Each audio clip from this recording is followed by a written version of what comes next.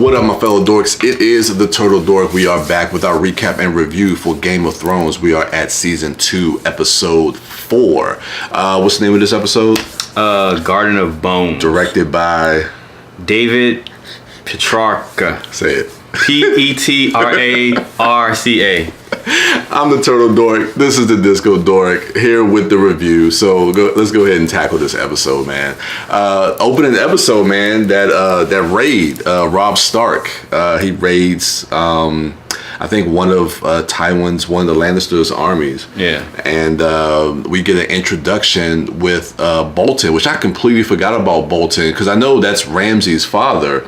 And we ultimately know that Bolton is going to betray the Starks, which is going to lead to, surprise, surprise, the Red Wedding and some other stuff that's going to end up happening.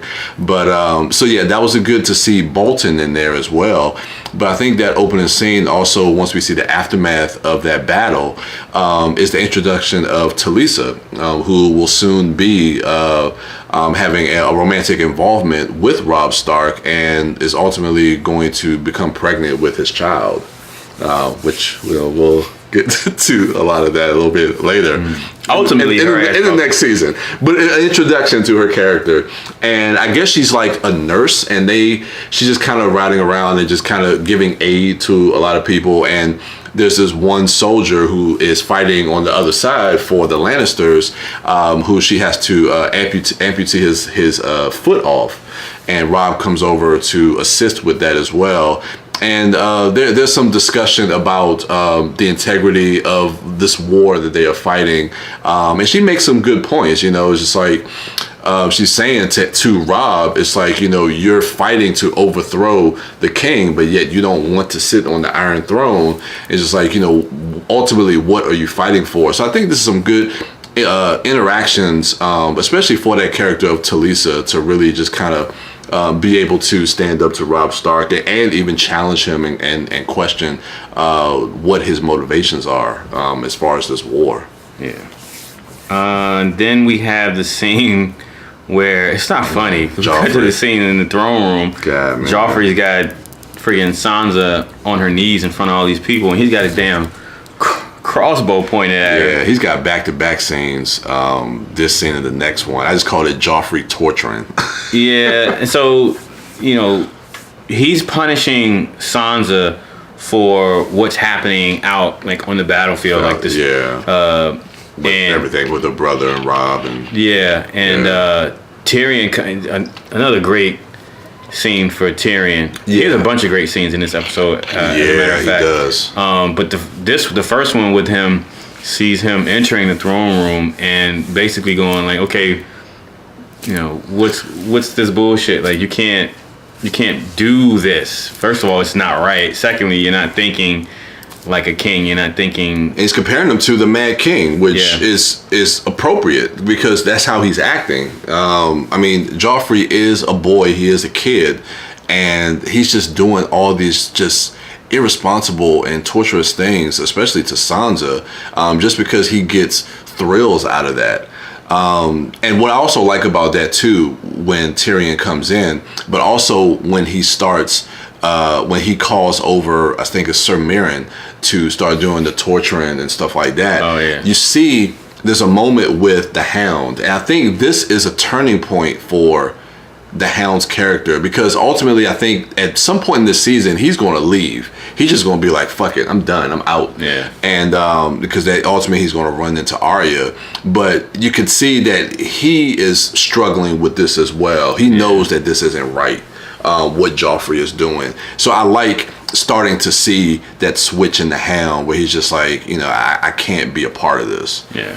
So I thought that was pretty cool. But then we get to Joffrey when he goes back to his chambers, and the Hound tells him that he has a gift waiting for him. Tyrion sent him something for his name day, which were 2 prostitutes in his chambers. And you think it's going to go one way, and it goes in completely opposite direction. And I think it just it kind of just goes forward with what we saw with that last scene with how he was torturing Sansa, where he continues to take these 2 prostitutes and have them kind of torture torture them again for his own thrills for whatever reason. Yeah. And that was definitely a hard scene to watch, and we didn't really see the end result because I know that's coming maybe in the next episode, but. Yeah. I mean, this is really just we already know how evil Joffrey is, but this just further just kind of establishes how much of a violent, evil person that Joffrey is. So, yeah, man. Dany heading to Qarth. Yeah. Yeah. So, what did you think about that whole sequence? This is before they actually get to the gates. So one of the Dothraki warriors comes back and has a horse that doesn't belong to him. So I guess that was a gift, telling them that they are welcome to come to Qarth. Yeah. And Jorah tries to warn Dany. He's like, look, be careful. And that's where we get the name of this episode, Garden of Bones. Like, there's a reason why outside of their gates it's called the Garden of Bones, because when they turn people away, people don't make it out of there. Yeah. So he's telling her to be wary, to be careful, but they do need to seek refuge. And so I think that was an interesting scene, just again to see Dany leading the Dothraki and seeing how much they need to find refuge because her people need food and water. So yeah, that was kind of interesting. Yeah, because initially she gets turned away, and when she does, like she makes that proclamation, like, yo, when my people, I'm gonna get my army and my dragon's gonna grow up, and I'm gonna come back and I'm gonna burn all this shit down, and if you don't let us in, we're gonna set fire to y'all first. And I don't know, just her, even at that point. At this point in the series, and this point in her character's story arc, like she already has this forethought, or the plans to be riding atop of these dragons, like taking over, over everything. And it's real, even because she's at, a very low point right now. But even at this very low point, she's still saying like, yo, she's being defiant. She's saying, yo, if you don't let us in and give me what my people need. And help me out, then when the time comes, you're gonna be the first to go. Yeah. And so I don't know. I like that. I like that moment for her. As someone who, because they're all worse for wear, like all of them. But yet here she is standing at the gates, like, yo, let us in. And ultimately they get let in. Yeah, which is good. But that was a great scene at the gates between her and that merchant. Dude seems like an asshole as well. Yeah. But. That was also a great scene. We got some great stuff with Arya, man. The day when she arrives at Harrenhal with Hot Pie and Gendry, and they get put into kind of like this area where all the other prisoners are, and they're starting to pick these prisoners one by one to be tortured. They're kind of interrogating them to get certain information out of them. They keep asking them about something called the Brotherhood, and I want to say is it the Brotherhood of the Banner or something like that? I think so, and I think I want to say that's who they're looking for. Yeah, we'll probably get a little bit more information about them as the series goes on. But we also start from the last episode with the conversation she had with Yoren before he died, where he was talking about, he kept repeating the name. Yeah. This is when we start to hear her say her list at night before she starts to go to sleep. So I thought that was cool that we're starting to see those moments, and how she's being influenced by all these different people that is going to basically make her into the person that she is now, this badass that we know. Like, these are all the different characters that have influenced who she's ultimately going to become. And Yoren was one of those people, and we start to see that in this episode. Baelish and Caitlyn, that scene, especially, there's a lot that happens before then, but the end of that scene where he brings in the trunk with Ned Stark's remains. Yeah. I'm assuming that was his remains in there. Yeah. Man. I don't know the actress's name who plays Caitlyn Stark, but she has some great quiet moments alone like that. There's another one, I think it's in season 3. Her name is Michelle or Michael Farley. Okay. Farley. Okay. there's another scene where she's talking like the regret that she has about how she treated Jon Snow. And I think that's in season 3, and she just has some of these incredible scenes, and the way she's able to react in those moments. And I just thought she just gave such a phenomenal performance in that moment. And I don't know, again, Baelish, we know like the love that he has for Catelyn Stark, but again, he's not a character that can be trusted. And of course, when he says, you know, the terms of the deal to make that trade, which he can't even promise that because he doesn't even know where Arya is. So he can't trade Sansa and Arya for Jaime because nobody knows what, at least at King's Landing, they don't know where Arya is. Yeah. So Baelish, again, he's doing that thing where he's playing that game, and I don't know. I just thought that was a really great scene between Baelish and Catelyn. Yeah.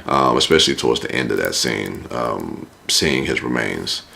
And again, that was requested by Tyrion because Tyrion said like he should be buried under the crypts in Winterfell. Yeah. So another good deed done by Tyrion. Yep. So, Yep. yeah, I thought that was awesome. Stannis and Renly, when they confront each other about the throne. Oh yeah, man, you would think that with them as brothers, that they would try to at least band together to fight against the Lannisters, or at least, you know, in a perfect world, which this isn't, you would think that they would do that, but because both of them feel like they are the rightful heir to the throne, it seems like they have to fight each other before they can actually fight to overthrow to get the Iron Throne. Yeah. And you know, we're starting to see some of the ramifications from that animosity that Renly and Stannis have. And of course, we were talking about before with Melisandre. What's going to end up happening to the fate of Renly. So in this, you know, Catelyn, she's there, she's in that scene as well, and she's listening to both of these two squabble, and she says in that scene, like, yo, if I was both of your mothers, I mean, if I was your mother, I would lock both of you in your chambers until you learn how to get along. Yeah, work this thing out. Because like you said, and like we said before, like there's even more than they're aware of right now. There's way more important in pressing matters that are going to have to be dealt with. But even within the context of what they're arguing over, there's a lot of stuff that they need to put aside so they can, you know, take care of a larger army, a larger threat. Yeah. And but they're not going to do it. But in this scene, like at the end of this scene, Melisandre, she tells Renly, she says that thing, you know, the night is dark and full of terrors, and that's a little foreboding for what happens later on in this episode, which would have, you know, huge ramifications for Renly in the next episode. And and then finally we get Tyrion recruits Arya. So Tyrion. Oh, Tywin. Yeah, that's what happened. Yeah, Tywin and Arya. Back to Harrenhal. He comes back to Harrenhal, and actually, this is right when Gendry is about to get tortured for some information that he knows nothing about, and Tywin comes in at the last minute, saves him because he's like, you know, we have able bodies that are able to do work. Well, you know, why are these prisoners sitting out here and not, you know, helping out and doing stuff? Yeah. And so we see that, and he calls out that Arya is a girl because she's posing as a boy, and he thinks that's smart. Yeah. So he needs like a new, I guess, servant, or he calls her like a cup something. I can't remember what he said. Cupbearer. So this is when she's going to start to be a servant to Tywin, which is going to have a great scene, I think, in one of these other episodes when I think Baelish and somebody else from King's Landing is going to meet with him when Arya is there, and she has to kind of like hide herself from Baelish and whatnot. But I thought that was a great scene between Tywin because you get to see him as a leader as well. And also he has, I don't want to say nobility, but he has reason, I guess is a good way to put it. Yeah. Just the way he's able to lead, like he's not like Joffrey where he's just like, doing all this crazy shit. Like he understands. He's very pragmatic. Yeah. As far as like what has to be done and what needs to be done.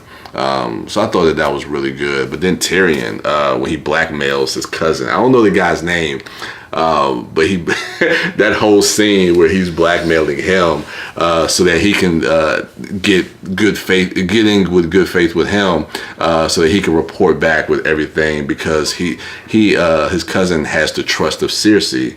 So this is another power play by Tyrion to use his cousin to try to get information. And I thought that was just brilliant, the way that he was able to do that. I totally forgot Cersei was sleeping with her cousin too. I remembered that.